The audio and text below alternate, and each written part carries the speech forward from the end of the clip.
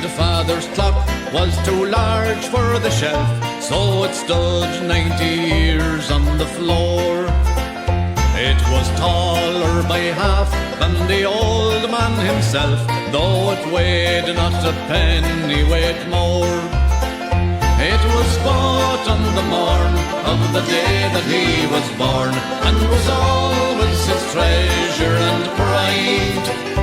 But it stopped short, never to go again, when the old man died. 90 years without slumbering, tick tock, tick tock, his life's seconds numbering.